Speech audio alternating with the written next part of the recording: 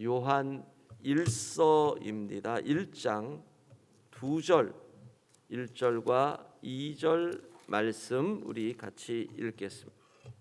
태초부터 있는 생명의 말씀에 관하여는 우리가 들은 바요 눈으로 본 바요 자세히 보고 우리의 손으로 만진 바라. 이 생명이 나타내신 바 된지라. 이 영원한 생명을 우리가 보았고 증언하여 너희에게 전하노니 이는 아버지와 함께 계시다가 우리에게 나타내신 바 된 이시니라. 아멘. 자, 이 기독교, 우리의 믿음, 이 기독교가 태동하던 1세기를 시대적으로, 시간적으로 세 개로 나누어 본다면, 먼저 예수님께서 태어나시고 사역하신 초기 30년, 아직 성경이 기록되지 않았던 신약 성경이 그때죠. 그리고 33년에서 60년까지 로마 전 제국으로 복음이 크게 확장되던 어떤 의미로 바울의 시대, 이렇게 얘기할 수 있습니다. 그리고 60년부터 100년까지 이 시대에는 로마 곳곳에 세워져 있던 교회들이 연결되고 그것을 위해서 교리가 통합되던 시기, 이렇게 얘기할 수가 있습니다. 오늘 우리가 읽었던 이 요한 1서, 2서, 3서는 모두 바로 이 세 번째 시기에 기록이 된 겁니다. 요한 1, 2, 3서만이 아니라 사도 요한이 기록했다고 우리가 믿고 있는 요한복음, 요한계시록도 모두 이 세 번째 시기에 해당됩니다. 그런데 이 세 번째 시기는 세 가지의 교회적인 특징이 나타나는 시기입니다. 첫 번째는 로마 제국에서 교회를 향한 본격적인 핍박이 시작이 되던 시기. 그래서 교인들이 도망다녀야 하고 숨어야 하고 죽어야 하던 시기. 특별히 이 도미티안 황제 시기. 그때가 아마 AD 80에서 96년 정도 도미티아누스 이 시기일 텐데, 그 시기에는 엄청난 핍박이 있고 그 시기 말쯤에 사도 요한이 밤모섬으로 귀양 가서 하나님의 계시를 받게 되죠. 그래서 우리가 흔히 얘기하는 666이라고 하는 것이 사실은 이 도미티안 황제를 향한 암호 내지는 음어, 즉 적그리스도의 개념이 도미티아누스 황제에게 나타나는데, 그러한 배경 없이 이상한 음모를 이야기하고 거기에 귀를 기울이는 분들이 많은 안타까움이 있습니다. 제가 계시록 강해를 준비하고 있는데 준비가 끝나면 요한계시록 강해를 언제 준비가 끝날지는 저도 모릅니다. 아직 계시가 안 와서 시작하려고 하고 있습니다. 자, 그래서 핍박이 있던 시기다. 두 번째는 교회의 그 상황에서 내부적으로는 이단이 침투해 왔습니다. 그 이단의 성격이 바로 기독교 신앙과 그리스 로마 철학이 합쳐지는, 그래서 쉽게 얘기하면 우리가 흔히 말하는 영지주의 이단이 교회 내에서 혼란을 일으키는 거죠. 극단적인 이원론자들이기 때문에, 예를 들면 예수님은 하나님이 아니다, 신이 아니다, 그리스도가 아니다, 인간일 뿐이다 라는 이러한 이단들, 또는 예수님은 신인데 완전한 인간이 아닌 인간의 모습만을 가졌다. 이러한 이단들, 그리고 영지주의 이단들이 가지고 있는 이원론적 사고로 인해서 영과 육이 분리가 되는 거죠. 우리의 구원은 영의 구원이기 때문에 육은 어떤 일을 해도 상관없다.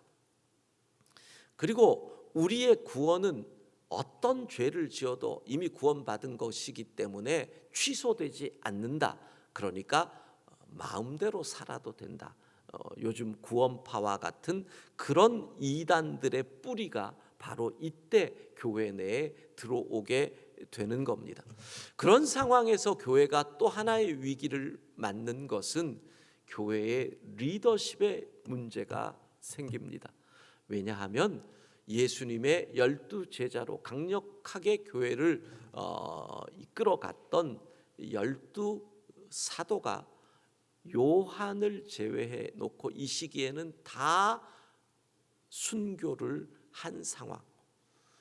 그런데 초대교회 성도들은 예수님께서 곧 재림하리라고 생각했기 때문에 이 리더십을 바꾸어서 새로운 리더를 세우는 부분이 온전하지 않았던 겁니다. 자, 그러면 이런 배경 속에서 우리는 사도 요한이 마지막 제자로서 이 혼란의 시기에 어떻게 글을 쓸 수밖에 없었구나. 그렇잖아요. 제자 가운데 유일하게 한 분이 남았습니다.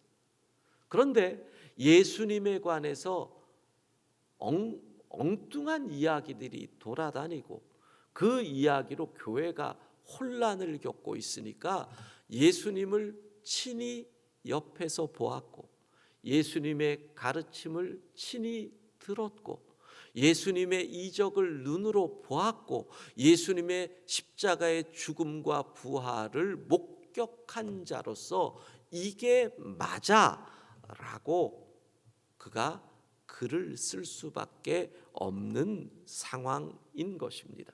자, 요한 1, 2, 3서 저자가 누구냐? 우리 교회는 전통적으로 사도 요한이다. 예수님의 제자 중에 한 명인 이렇게 우리는 믿고 있습니다.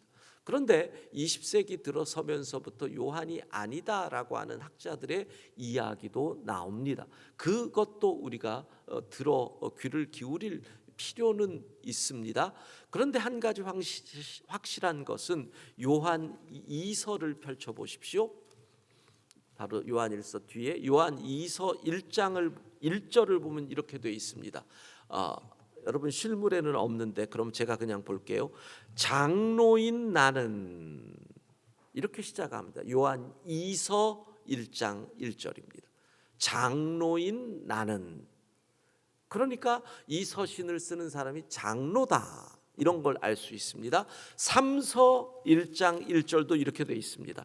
장로인 나는, 그러니까 요한 1, 2, 3서를 쓴 사람이 요한 사도인지는 모르지만 장로이다. 그래서 어떤 분들은 요한 장로가 쓴 것이다 라고 이야기하는 학자들도 있습니다.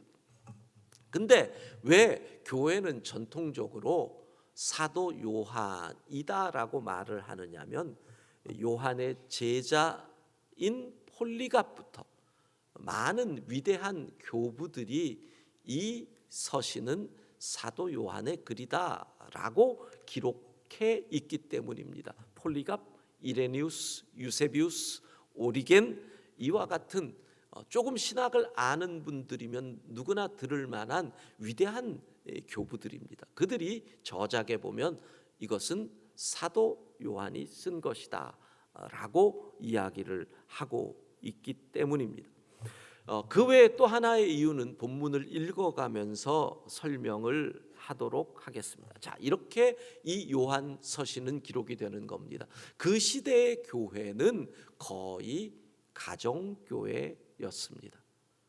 더 이상 유대인의 회당에 모일 수 없는 상황, 그리고 핍박받고 있기 때문에 외부에 십자가 종탑을 세울 수 없는 상황. 그래서 각 지역의 가정에서 교인들이 모입니다. 뭐 로마와 같은 곳은 카타콤 같은 곳에서 모였던 거 우리는 알고 있지요. 그런 상황에서 지금 사도 요한이 사역하던 에베소의 가정교회에 문제가 생긴 겁니다. 이단이 들어오는 거죠. 분열이 생깁니다. 그래서 이 교회 내에 이단이 들어오면서 교회가 시끄러워지고, 우리 너무 잘 이해할 겁니다. 신천지라는 이단 때문에 교회가 얼마나 시끄러운 거 아니까. 이단이 교회에 들어오면 교회가 시끄러워지고 결국은 분열이 되는 겁니다. 자, 분열이 된 상황에서 이 사람들이 그 지역의 다른 가정교회로 교적을 옮기는 거죠. 문제는 요즘 같으면 전화해가지고 야 걔네들 받지 마, 걔네들 위험해 이러면 되는데, 그 시절에는 걸어가지 않으면, 걸어가도 또 이 사람도 알고 이 사람도 아는데 누구 말을 들어요? 그렇잖아요. 서로 내가 옳다 그럴 때. 그러기 때문에 사도의 편지를 가지고 가서 설명을 해 줄 수밖에 없는 거죠. 그래서 이렇게 생각을 합니다.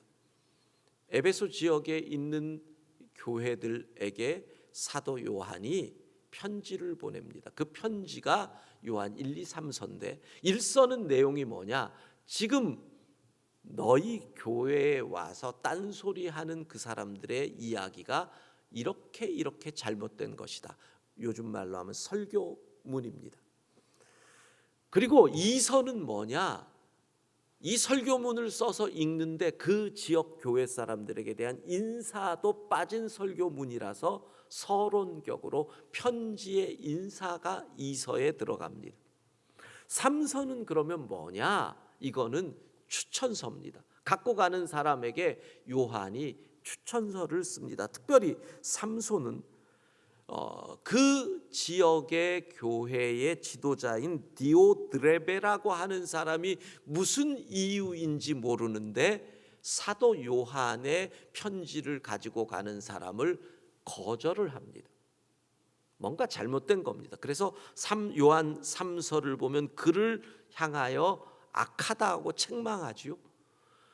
그래서 가이오라고 하는 또 다른 가정교회 지도자에게 이 편지를 들고 가는 데메드리오라고 하는 사람을 소개합니다.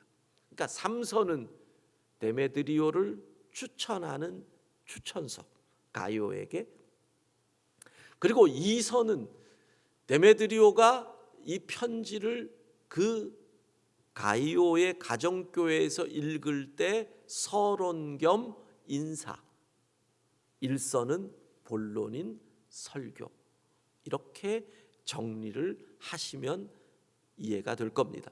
그 상황입니다. 자, 오늘 본문으로 시간이 없으니까 빨리 하도록 하겠습니다.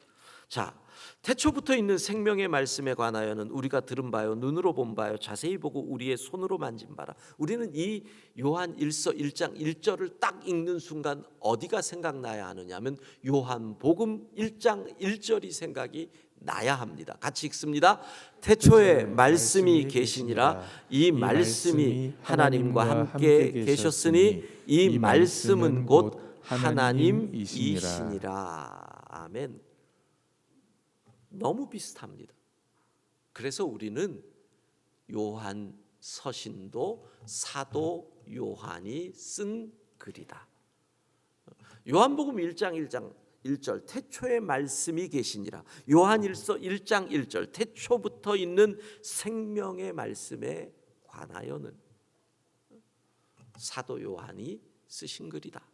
이렇게 알게 되는 겁니다. 2절 이 생명이 나타내신 바 된지라. 생명이 나타났다. 이 영원한 생명을 우리가 보았고 증언하여 너에게 전하노니 이는 아버지와 함께 계시다가 우리에게 나타내신 바 된 이시니라.